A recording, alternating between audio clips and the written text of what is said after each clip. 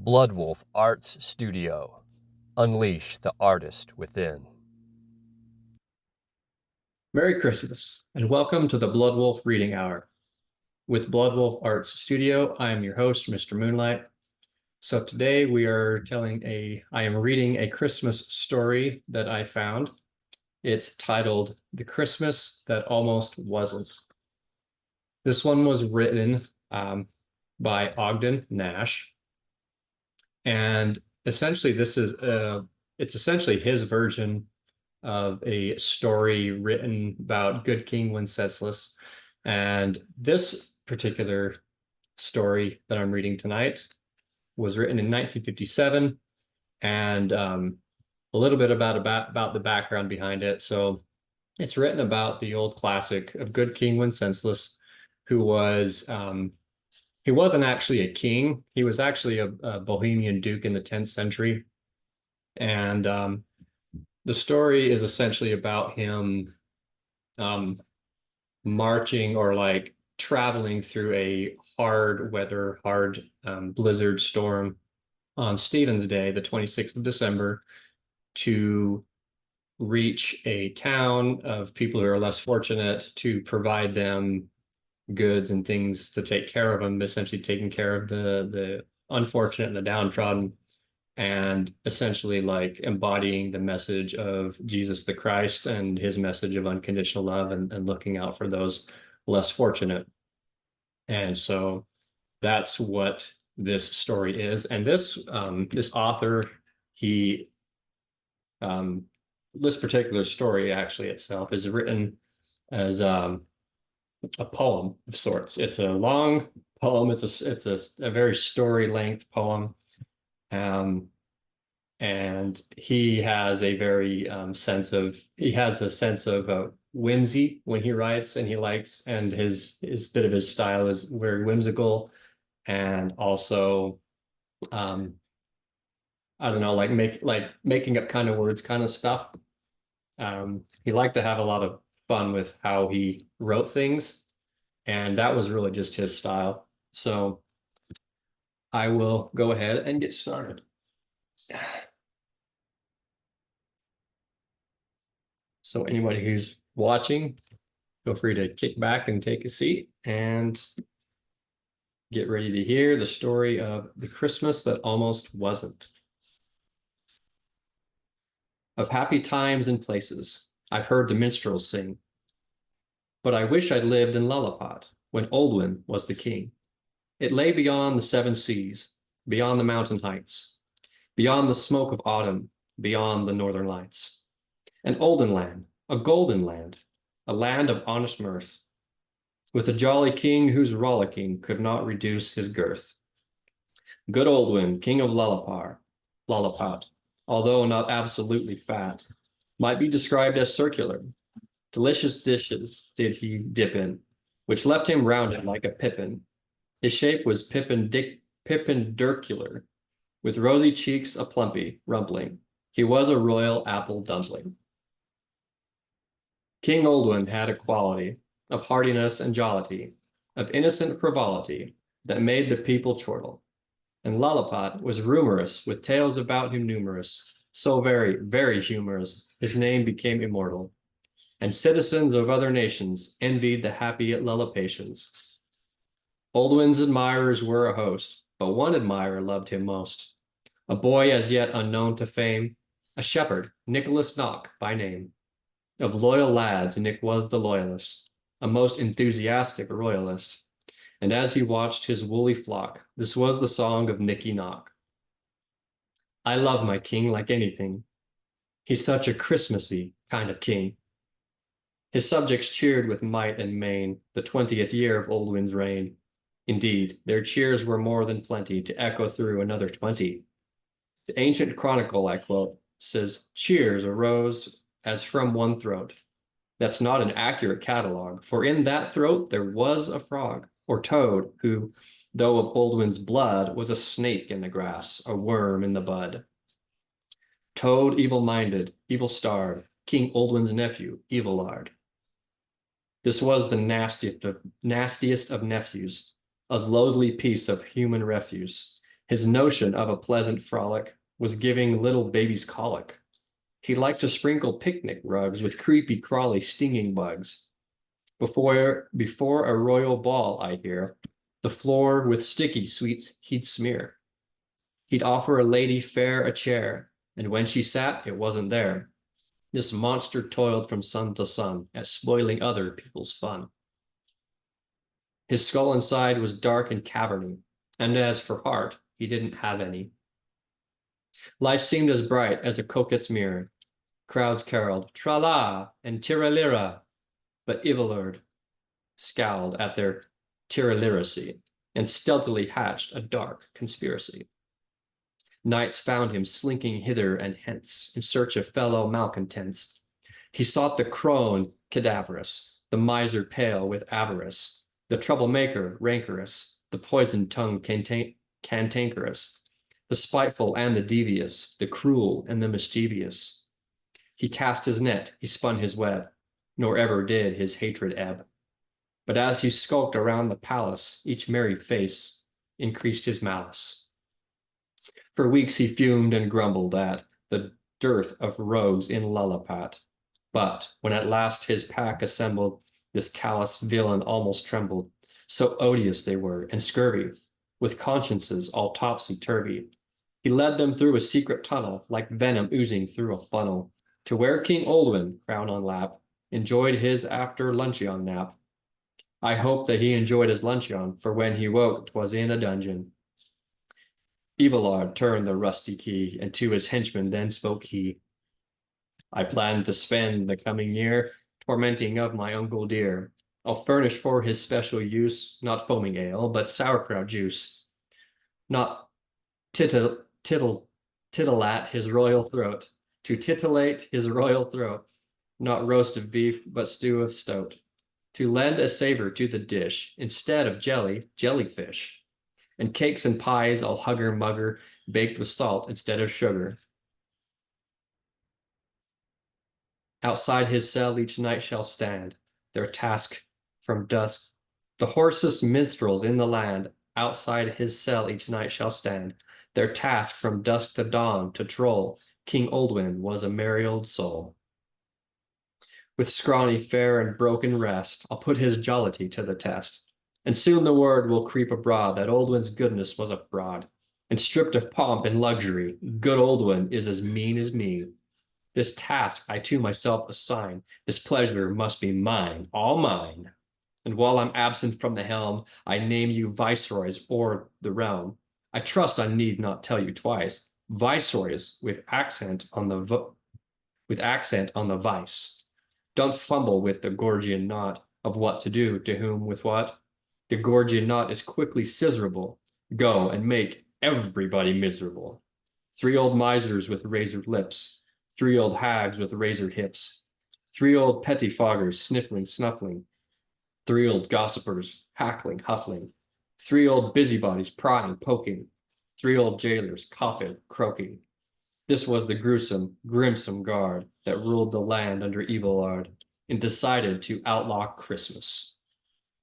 The 3 old misers hate girls and boys, 3 old hags hate fun and noise, the 3 old pettifoggers love peace ill, the 3 old gossipers have no goodwill. The 3 old busybodies can't find time for a kindly word or a Christmas rhyme. And the jailers jeer as they clank the keys. No room at the inn? Step this way, please. That's what they thought of Christmas. The 3 old misers, like 3 old mules, declare that the three wise men were fools. The 3 old hags do not believe that the angels sang on Christmas Eve. And the 3 old pettifoggers can't approve of a court where the only law is love. And the 3 old gossips raise their brows and sneer at the cradle among the cows. And the jailers mock at Christmas. And the 3 old misers, they purse their lips. And the 3 old hags put hands on hips. And the 3 old pettifoggers passed a law. And the 3 old gossipers put jaw to jaw. And the 3 old busybodies squawked like grackles. And the 3 old jailers shook their shackles. And in every town the watchman cried this proclamation far and wide, there shall be no more Christmas. They bellowed the news through golden cities and fields where milkmaids sang their ditties. It spread to farmers on their farms, and firemen answering alarms, the merchants numbering their bales, and fishermen with shining sails, and toppers roistering in taverns, and bandits deep in murky caverns. There shall be no more Christmas. The man who cries, "Good Christmas Day," shall have his giblets cut away.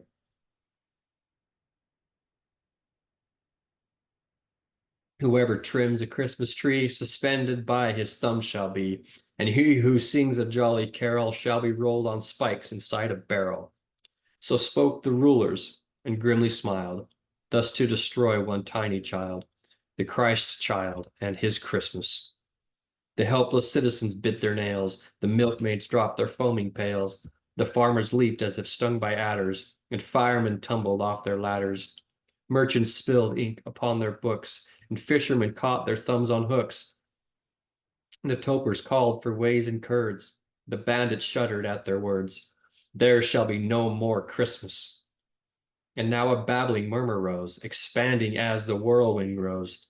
One question scurried like a mouse from room to room, from house to house. One puzzle like a rocket broke, and hung above the land like smoke. One frown contorted every forehead, confronted by the problem horrid. Who is to tell the children? Ever the panic grows more rife. Husband glances away from wife. No one will undertake the mission, not even the parson or physician. And the murderer would rather swing than soil his mouth with this monstrous thing. And presently life is buried below, flakes of silence like falling snow. No one will tell the children. But what was least said was soonest amended, for nature herself was outraged and offended, and now spread the dirge of dole and despair to the beasts of the field and the birds of the air. All was awry in a widdershins world, while tyranny triumphed and freedom was furled.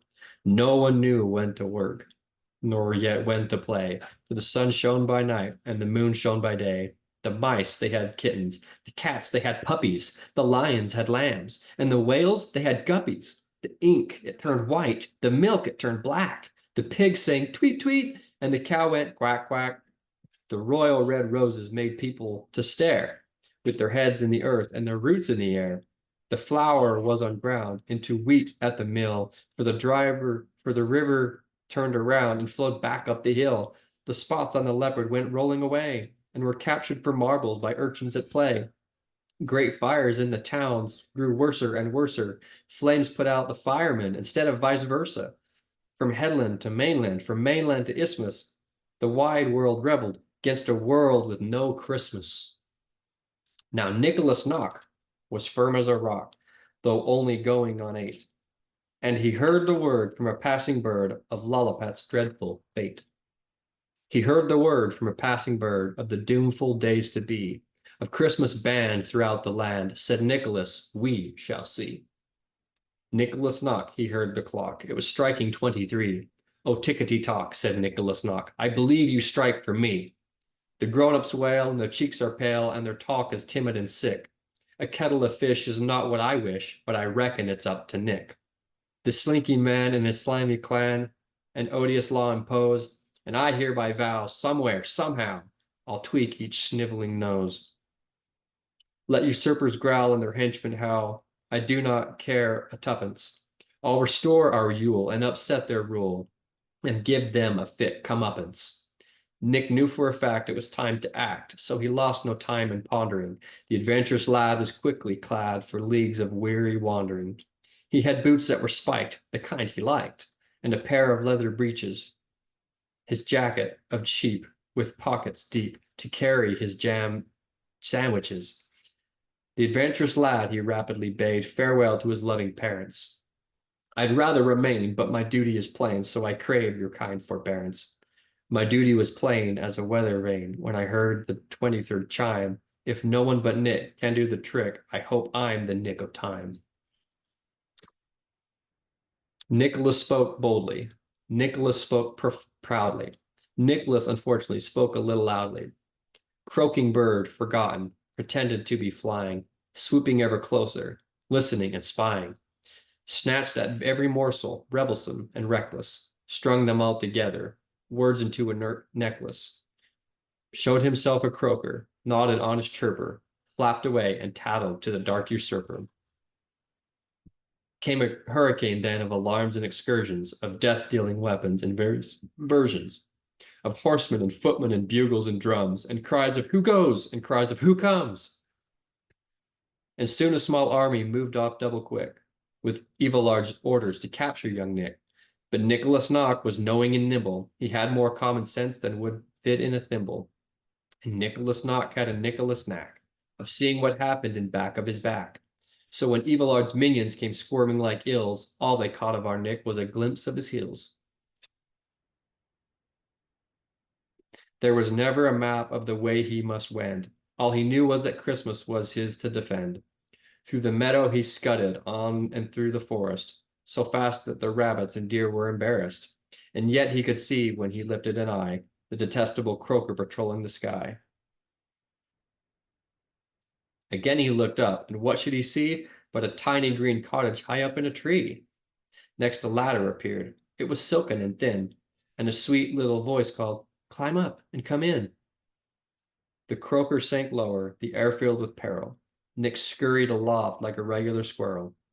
A pretty little hand caught Nick's big hand and drew him through the door, and there he stood in a pretty little room with pine needles on the floor. And holding his hand was a pretty little girl, as dainty as a posy, as she sat him in a chair beside the fire till he felt all safe and cozy. "You may call me Nell, because Nell's my name. I'll help you in your plight. I'm the 17th child of a 17th child, and I'm blessed with 17th sight. You must chisel out a path over Crookshank Peak and the Folkhill River cross. Then, asleep in a cave under Greenhold Hill, you will find King Wenceslus. As still as stone sits Wenceslus, a hero long unheeded, and drearily dreams the years away until his sword is needed.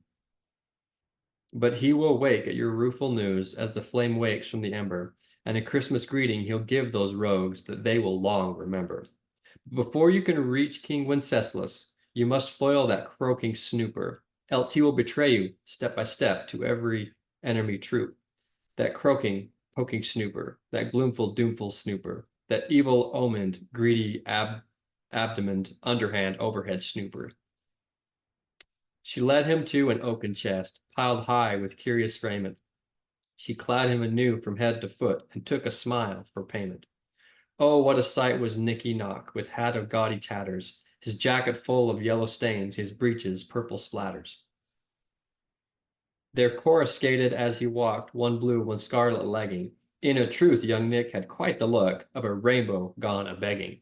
"This scarecrow garb, dear Nick," said Nell, "will settle that nosy poker, for you're not a common scarecrow now, but a genuine scarecroaker." Down climbed the boy, and fiercely down came swooping the croaking snooper. One look at Nick, that did the trick. It collapsed in a deadly stupor. "Bless you, Nell," cried Nicholas Knock. "The croaker is only poppycock. There's a peak to scale and a river to cross. I'm off to waken King Wenceslus.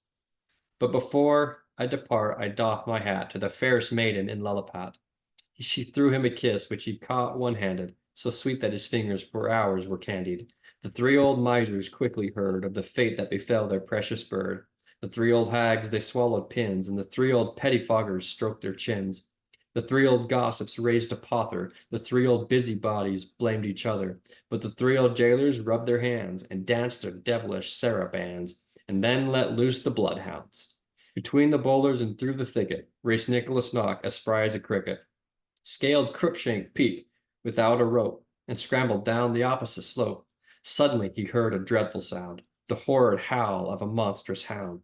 He heard it louder, he heard it clearer. The faster he ran, he heard it nearer. So instead of fleeing, down he sits, saying, "Nick, my boy, you must use your wits. There isn't much time for cogitation or logical ratiocination. No help in addition or subtraction. This is the moment for rapid action. Though I'm not too bright, I am not too dense. I've been called a fellow with great horse sense." "That's it," cried Nick. "Horse sense, of course." So he summed it up and rode off on the horse. He is over the Foolkill in one mighty bound. And far away, dies the voice of the hound. It is only the rush of the wind that he hears, instead of the hiss of arrows and spears. He is over the rivers and galloping still, nor slackens his pace till he glimpses a hill. A hill? 'Twas a mountain of splendor untold, its flanks a gay dazzle of green and of gold, a manifest magical, miracle mountain, cooling its toes in St. Agnes's fountain. His heart now takes wing. Hear it sing like a linnet. He slips from the saddle and pauses a minute to water the horse and his forehead to lave, then advances on foot in search of the cave. He breaks through the brake and he brushes through brush till something within him cries, "Nicholas, hush!" He catches his breath as he spies with a thrill a great iron door in the side of the hill. Two grim men at arms are on guard at the door. Bolt upright they sleep, and like bulldogs they snore. Says Nick, "It's ticklish, Nicholas' job, to open a door lacking keyhole or knob, but the tickety talk had a message for me. I'm Nicholas Knock, and it struck 23. So he knocks on the door with a Nicholas knuckle, knocking a mickle and knocking a muckle. At his 23rd knock, the door opens wide, and soft as a sunbeam, he tips toes inside. Nicholas walked into a world of green, a cavern dusty with the dust of years. Green shadows wavered o'er the sleepy scene. Green candles glowed in golden chandeliers. And kingly straight upon a throne of gold slept Wenceslas behind his beard of iron. Heroic was his face, and very old, but wrinkles could not mask the inner lion. Circled around him stood his faithful knights, as still as statues in their ancient trance. The candles flickered, little emerald lights twinkled on many a trusty sword and lance. King Wenceslas to slumber is a thrall, after a life of valiant chivalry. Silent and patient, he awaits the call to strike a final blow at tyranny. Although Nick's sturdy muscles turn to straw, he threads his way twixt battle axe and sword. Down on his knees he falls in reverent awe and boldly cries, "The time has come, my lord." Life first flows back into the mighty hands, and like a child he rubs a sleepy eye. Then, like a lion of a king, demands, "Who is it wakens Wenceslas, and why?" Nicholas stuttered, and Nicholas spluttered. A loon would have laughed at the gabble he uttered, but Wenceslas gathered him onto his lap, and soon had the tale from the tired young chap. Then he called to his page, "Bring us meat, bring us wine," and seated young Nick on a pine log to dine, who consumed, being empty as ghosts in a garret, a pigeon washed down with a smidgen of claret. At the same moment, Evelard was watching Old Win sup.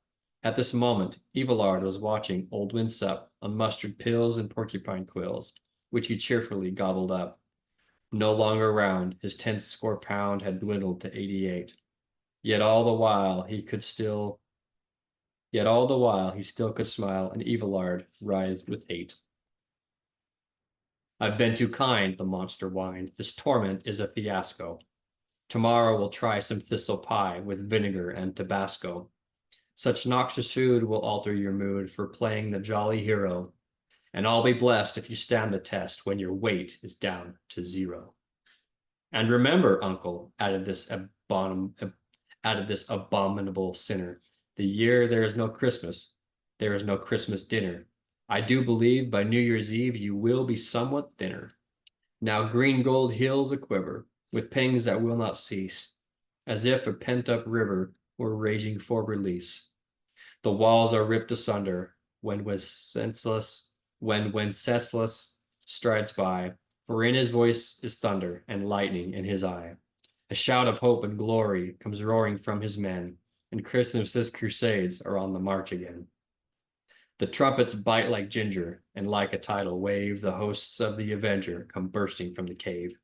The king upon his charger, a giant now appears, looming larger, ever larger as the field of battle nears. The rumor seeps through Lullapot from mountain top to plain that Wenceslas is coming with Christmas in his train. Beside him rode our Nicky, even closer than the page, looking less than span and spicky and older than his age.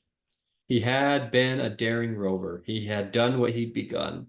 but he wished the day were over and the fight for Christmas won. It worried him that on the word of someone under 10, King Wenceslas the warrior was on the march again. The three old misers clutch their gold. The three old hags are too scared to scold. The three old pettifoggers fume and fuss and plan to bring suit against Wenceslas. The three old gossips cluck and quack. The three old busybodies start to pack. And the three old jailers with simpering muzzles pretend that their chains are Chinese puzzles. They cease to jeer at Christmas. And Evilard, foul Evilard, what has become of Evilard? The cowardly tyrant quakes and quails. He gnaws his knuckles and gnaws his nails, and savagely bites a spiteful thumb, glaring at Oldwin with hatred glum. And as a final malicious joke, throws him a salad of poison oak, then stealthily sneaks upstairs to bed and pulls the covers over his head. Each conspirator cowers and rails at his doom. The powers of evil are sunken in gloom, for the bugles of Wenceslas deafen their ears, and the landscape is gleaming with halberds and spears, with helmet and hauberk and crossbow and pike. Oh, never had Lilliput gazed on the like. The powers of evil are broken and battered. The drawbridge is crushed. The portcullis is shattered. On and on the crusaders relentlessly sweep. Like a cyclone, they circle the innermost keep. And when Wenceslas calls, for his heart is too tender, do you choose to die fighting, or will you surrender?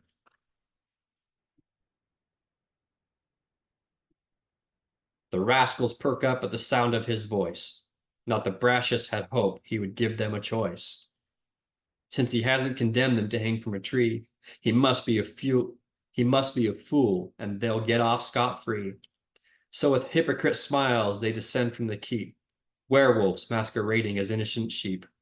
Now Nicholas Knock unlocked the lock that confined his royal master, and Nicholas Knock received a shock, though prepared for any disaster. He remembered Oldwin round and hale as the harvest golden hue moon, and now beheld him silvery pale and slivery as the new moon. But Oldwin simply said, "Thank you, son. Have you such a thing as a cinnamon bun?" Came now the matter of what to do with Evilard and his dismal crew. King Oldwin asked, like a jolly old goose, why not spank them and set them loose? Wenceslas pondered and stroked his beard. These venomous toads are still to be feared. If they had their due, they would surely swing, but I know of a boiling sulphur spring. Let them steep in that for a year and a day, till their bile and spleen are stewed away. The criminals gave a pig-like scream and were hustled away to be cleansed in steam. Time flew so fast it was hard to believe, but the calendar showed it was Christmas Eve. The Lilliputians in hurrying ranks thronged the churches to offer thanks. Then lord and lady, peasant and vassal, were bid to feast in Oldwin's castle. Of all the dainties at Oldwin's feast, cinnamon buns are by far the least. There's the head of a boar with apples galore, and hare meat and bear meat, well done meat and rare meat, pudding glum, pudding haystreet, and salmon and sturgeon and sirloins and roasts, and pheasants and peacock in colorful hosts, and muffins and stuffing and turkey head grouse, and a gravy tureen as big as a house. And for those who must drink to continue to feed, there are barrels of wine and metheglin and mead. What jellies and cakes and sherbets and ice!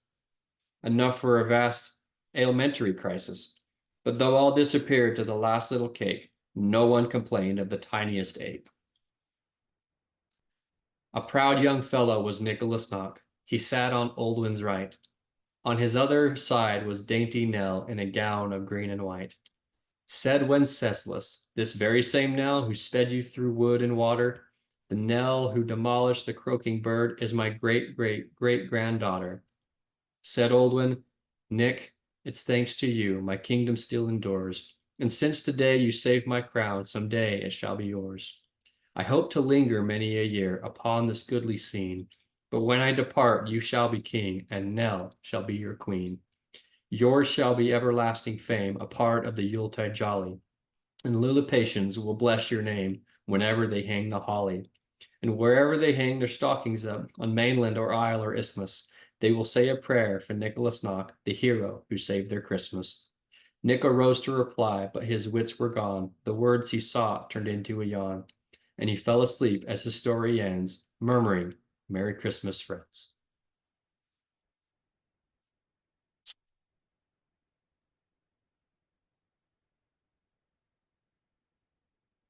So that's the story of the Christmas that almost wasn't. I really loved reading the story. I really loved looking into the history and the inspiration of the story. This is definitely one I'm going to be keeping in my bookshelf. I came across this one. I've definitely been holding on to this one. I love this story. I love the rhyming, the character, the style. This is just a lot of fun to read and learn about, and it's been a lot of fun to share with everybody over the Christmas season. I trust everybody's had a good season, and I'm wishing you all the very best and a Merry Christmas. So this is the conclusion of this. Anybody who's watching the recording, thank you. And we're going to continue next week with another story. I have not yet decided what I'm going to be doing next week for the live stream because Robin is still going to be out for a couple more weeks to continue her book. But it'll be same time, 7 o'clock p.m. Mountain Standard Time. So tune in next week and remember to like this video, subscribe to my YouTube and my Facebook so you can stay updated on all the updates and stuff I'm posting. And also remember to follow me on TikTok as Mr. Moonlight Rhyme. So thank you all for tuning in and welcome to my side of the moon and have a Merry Christmas. Good night.